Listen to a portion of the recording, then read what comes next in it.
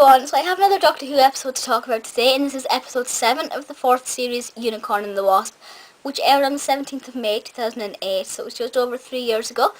And it doesn't actually feel like that. I feel like maybe 2 years at the most, because I really like this episode, and I really remember quite a lot about it, despite the fact that I don't watch it that much, only because it's on a disc with episodes that I'm not overly fond of.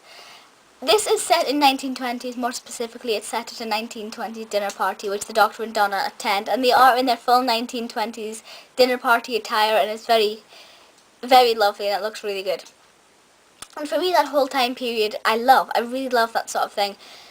And then when they find out that it was a murder, we get the whole mystery drama detective theme to it, which I love. I'm a huge fan of drama shows and detective shows like ITV dramas, Law and Order, Lewis, Scott and Bailey, things like that, and that gives it that slight aspect. So when you're combining detective stories with Doctor Who, it's like perfection. It really is.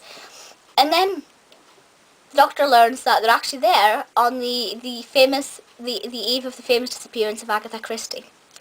So that's kind of got a really nice sort of insight to it as well, and it has this whole very Agatha Christie theme running right through it, and sort of pyro type thing going through it. And they have to try and find out who committed the murder and why, and is anybody else going to be murdered, and does it have anything to do with Christie's disappearance. And then we get the introduction of the Vespiform. The Vespiform are weird. They're just giant wasps that are really evil and vicious and really loud and scary. But they're just such a simple concept, just enlarging something which humans are scared of anyway. Yeah, Daleks are scary, but we don't meet them on a daily basis. But the Vespiform are real. I mean, they're not, but well, they are. I'm not gonna warp imaginations. Vespiform are real in their own in their own countries, their own culture. But Vespiform are just like giant wasps, which gives us something to be scared of. It's like the Weeping Angels making us scared of stone statues. It's bringing scariness into real life as well, which I really like that aspect of it. However, I don't think they were that nice as a character. They weren't scary in the episode as such.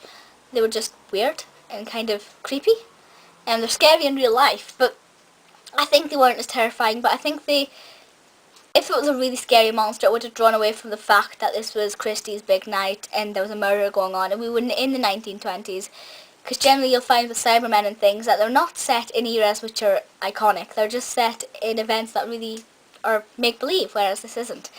Yeah, so I do like the Vespiform, but I think they could have been used in a different episode. I think they weren't necessarily appropriate for this one, but that's just my opinion. I think they could have got the same effect from a more inanimate thing, for example, like the shadows in the Silence of the Library Forest of the Dead, that sort of thing. I like that concept. I think it would have fit better in here, but it does work. I'm not saying it doesn't work. I'm just saying personally I would have done it a different way. But I do love this episode. I think it unfolds really, really well. You know, Donna is still funny in this one, despite everything. She's great. And the Doctor is really beautiful in this one. So yeah, it ticks all the right boxes. I do like it. As I said, I absolutely love this episode. One of my favourites, despite the fact that I'm not overly keen on the Vespiform as characters. I still do love it a lot. Please feel free to leave comments on this episode or anything else. Any other Doctor Who requests, please do let me know. But that's it for just now, so I'll see you all next time. Bye!